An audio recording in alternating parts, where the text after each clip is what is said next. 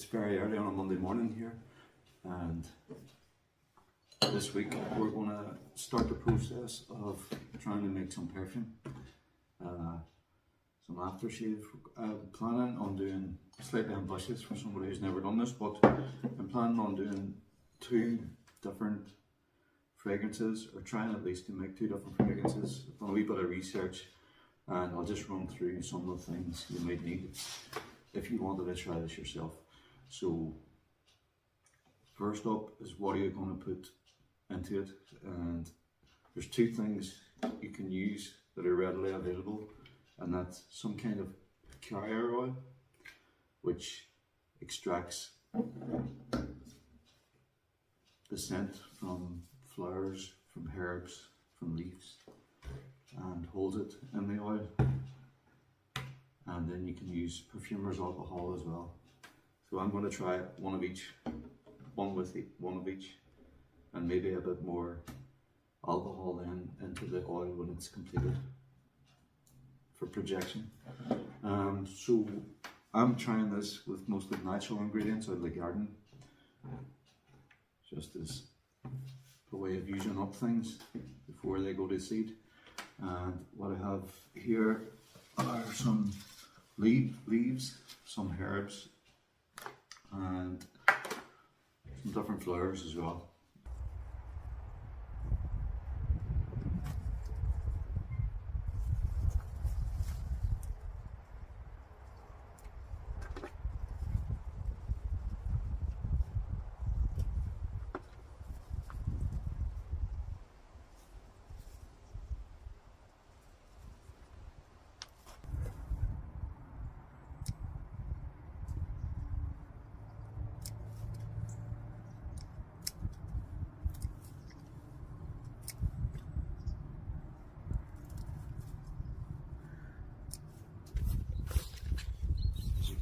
Put some French marigold, sweet pea, and little alyssum. And if I just turn this way, I kind of get some chamomile as well. What I have here is lemon balm. It smells like citrus fruit. I'm going to use that as the top note for the perfume.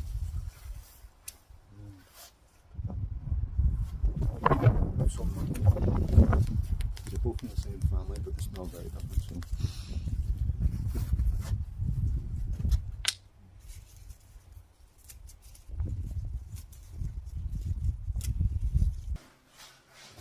So just to explain a wee bit about how perfume works.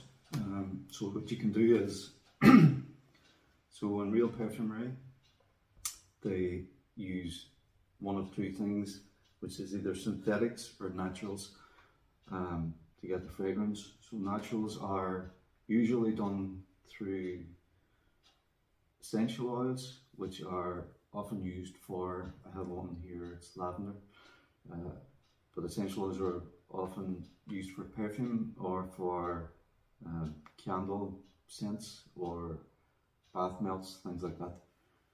So that's, and then you have absolutes as well. So there are different processes. One is done through steam, essential oils.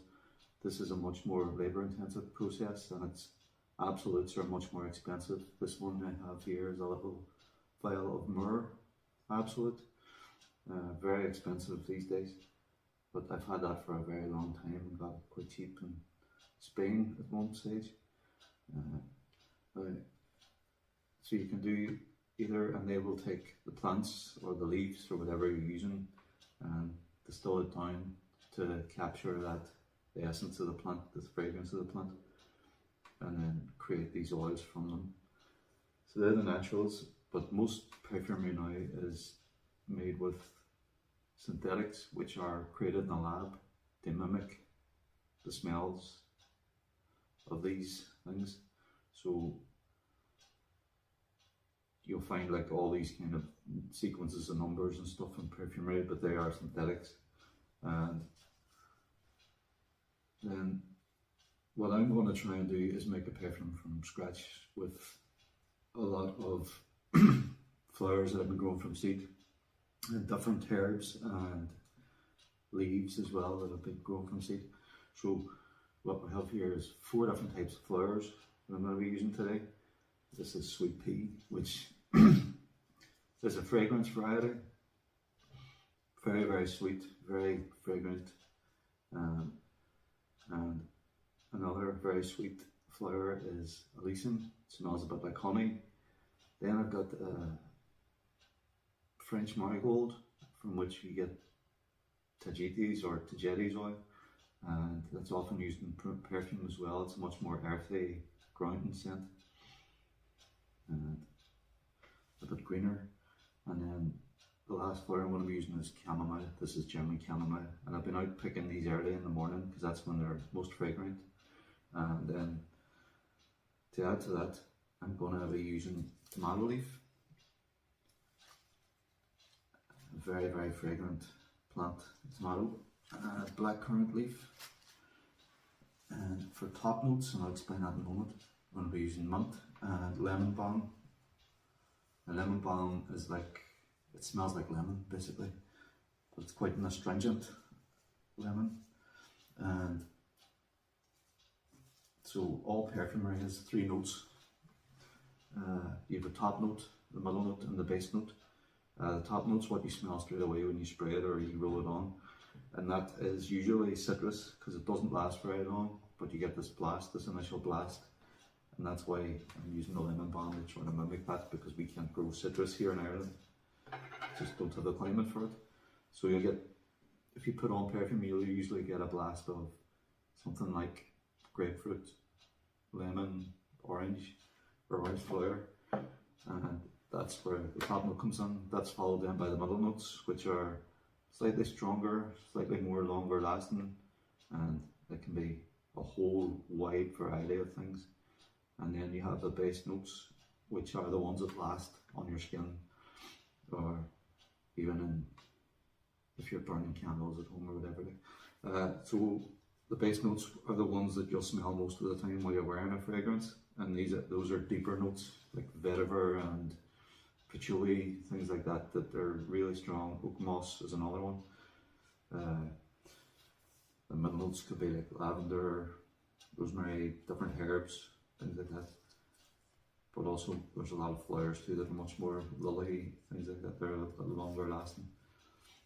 And so obviously the main flower used in perfumery is, the main 2 flowers would be, there's probably 3 actually, ylang ylang and rose and jasmine are used in various different combinations, and geranium's really popular as well, and you can mix them with all sorts of things to get different types of scents, but they are very, very popular, particularly in sort of high-end perfumes. You'll find a lot of those natural ingredients, the absolutes in there.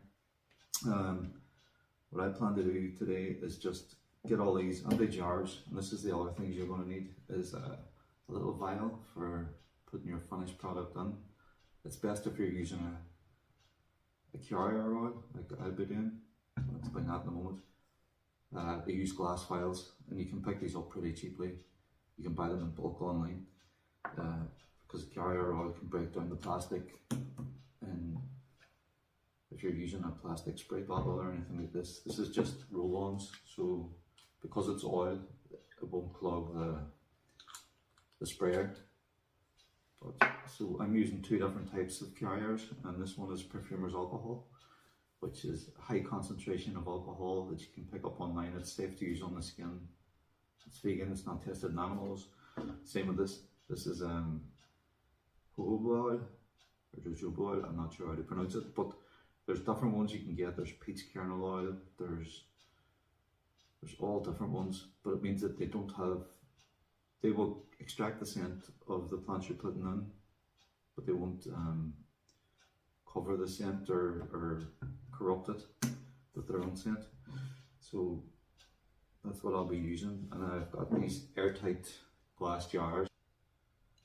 Can't remember what was in this one, but this one was a coffee jar that's been cleaned out and left out to dry, so that there's no scent in it. These are big glass jars where I'm going to be adding in the flowers. which I'll do right now. So we'll get started. So what I'm going to make here today, I should have explained actually, was I'm going to try and make two different types of fragrance. Like back in Roman times and everything, there was no real distinction between what a man wore or what a woman wore. People just wore what they thought like smelling like. So I have no problem wearing whatever I like the smell of, like. That's why so many perfumes these days are not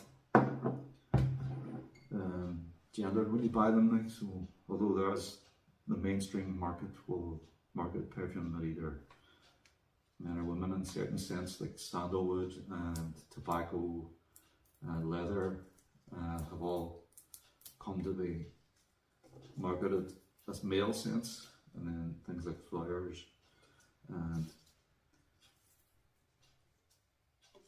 sweet herbs or sweeter scents have become to be marketed at female scents. You'll notice that if you ever watch the ads for perfume. I picked all these very early in the morning because that's when the scent is the strongest, and that goes across the board. So I'm just going to put all these into the jar straight in.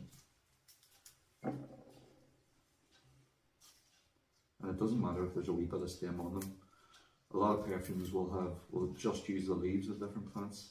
So you'll see like things like violet leaf absolute,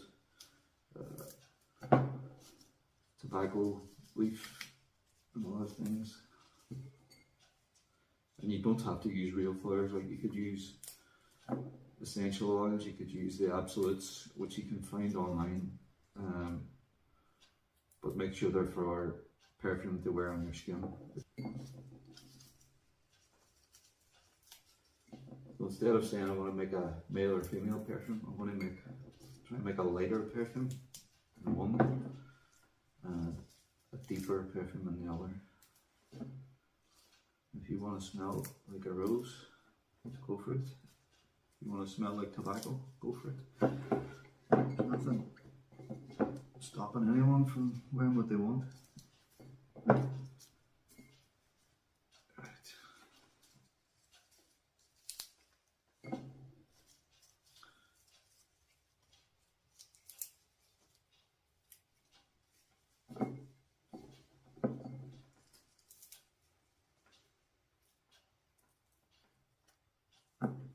And in terms of preference, my own preference is for really, really strong scents. I like incense, I like frankincense, myrrh, and they're used a lot in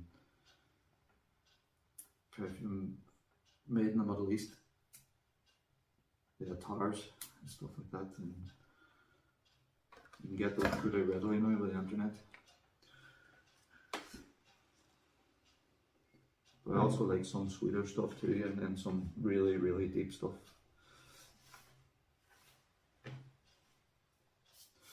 So that's all the sweet pea in there now.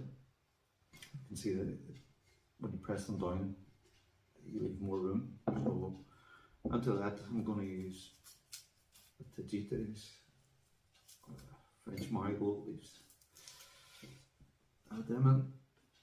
You'll find too that some of these will add colour to the perfume. In terms of how long I'm going to leave them in here, well, from doing research, it seems to vary online. People say different things, so I'm planning to leave them in here maybe at least 48 hours in the oil, maybe a bit longer.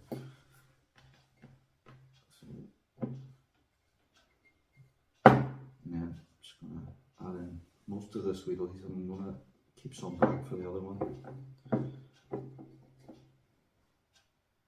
And so in this perfume then we have sweet alyssum, French marigold, and loads of sweet pea. And then I'm just going to add in a bit of lavender here. Rosemary.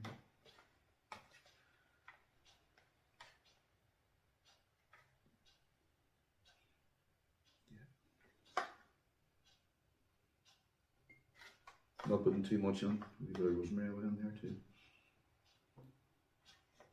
Because what I want to do is add in some essential oil from the lavender. I had hoped to have lavender flowers growing, but this is pure lavender oil, and this is okay to use on skin as well.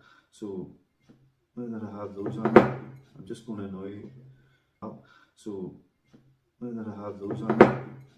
to choose some kind of herbs they might add into it. What I want for this one, I think, is the lemon balm. That's mint.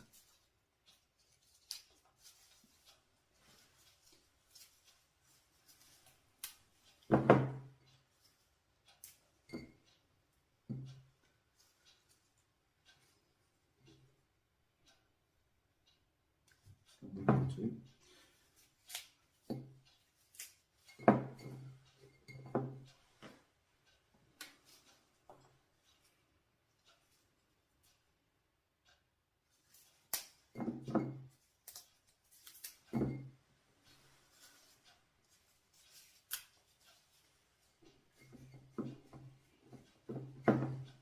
What I'll keep doing is maybe if I get more flowers, is just keep adding them.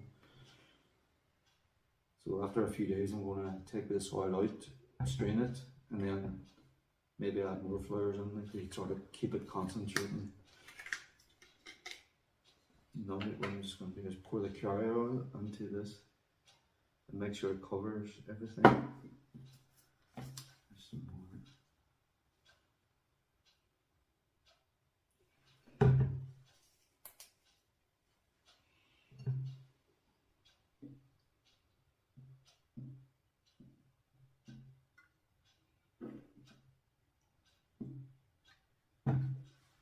Just take a spoon and make sure that's all covered.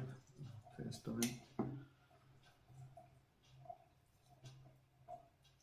Just to release those oils.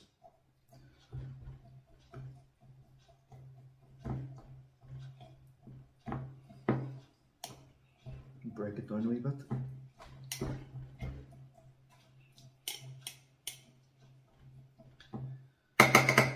And then when that's done, I'll add in the lavender oil. So that's that done for now. Wrong one. And then we'll move on to the next one. So I'll just show you this up close.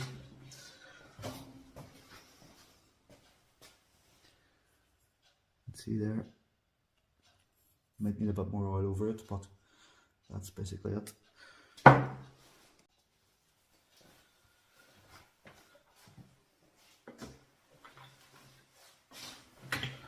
So that's the first one done, and now for the next one, it's going to be a bit of a darker scent. I'm going to use the myrrh in this as well at the end. I don't want to put it in now because I'll waste a lot when I'm straining the products. So for this one, I'm going to use perfumer's alcohol, and this is a 100 ml bottle from Mob. So under this, I'm going to use mostly herbs and leaves.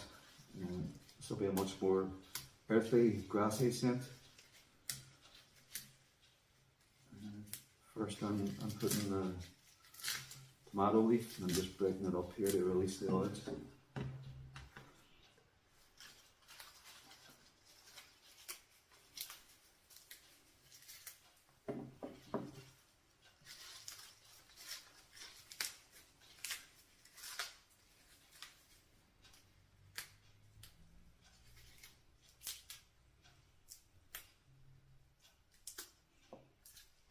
Bits of the stem are going on there. I'm not being too precious about it or anything.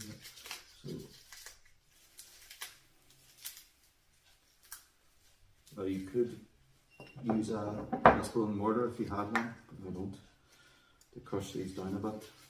But I'll be fine with this.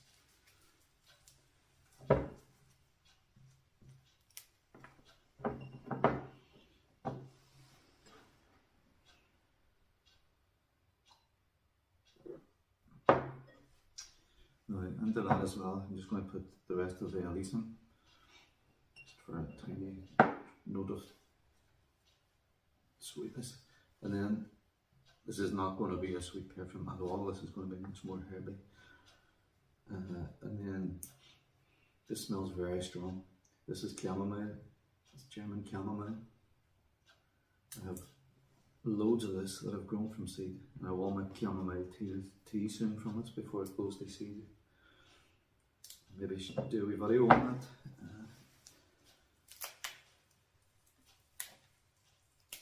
You get two types of chamomile. You have Roman and you have German.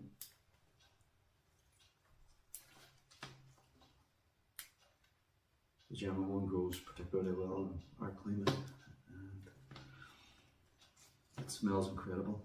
It's just really, really fresh, almost like apples.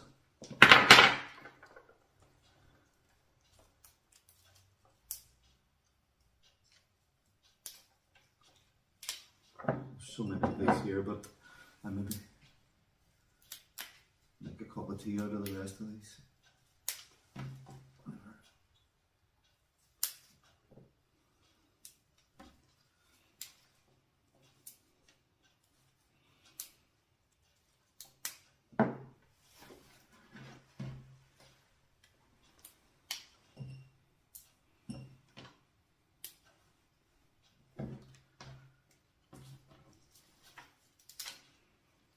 And we may need to dilute these with distilled water if they're too potent. If they turn out too potent, they shouldn't do because they're naturals, but they won't have the concentration that an absolute or essential oil would have. That's most of them. There's quite a lot of chamomile in there. And then under that we're going to add the mint.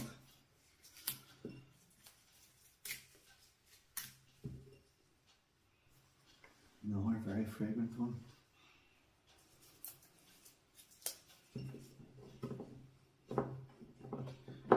Squish that down, make some room.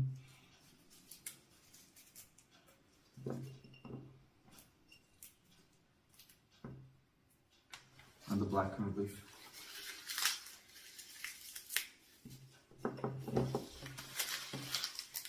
So this is going to be a very green, herby fragrance. Squeeze these down, and then add in the rosemary, a wee tiny bit of lavender as well down there. So this already smells much more powerful than the other one because of the strength of the ingredients. They're just very pungent herbs.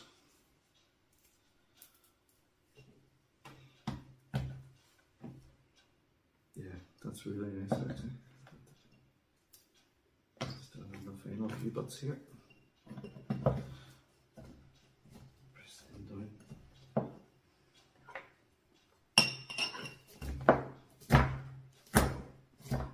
Crush them in the bottle a wee bit. The back of a spoon.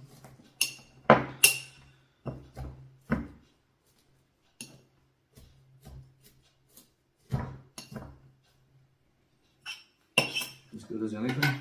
So, as I say, under that then, at the end I'll put the myrrh, and the other one will have some lavender in it. But for now, that is it done. And then all I need to add is the alcohol in this one.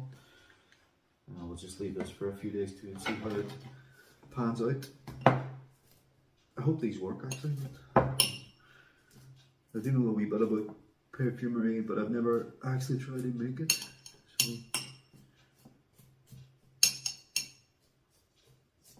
just from reading up on it.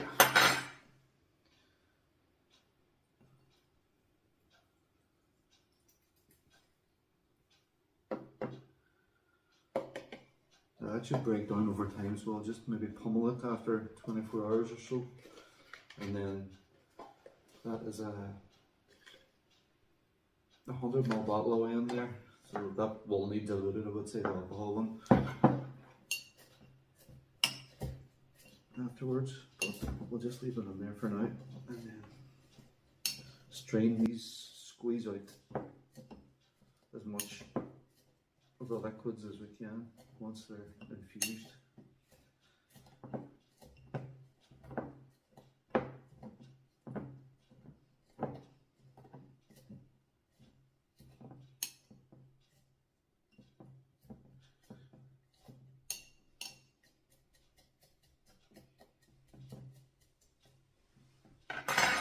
And that is that.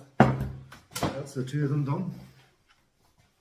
And the only thing now to do is to wait, and then at some later date we'll do an update on how they're doing.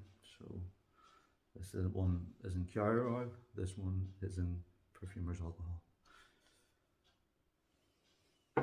Thanks for watching.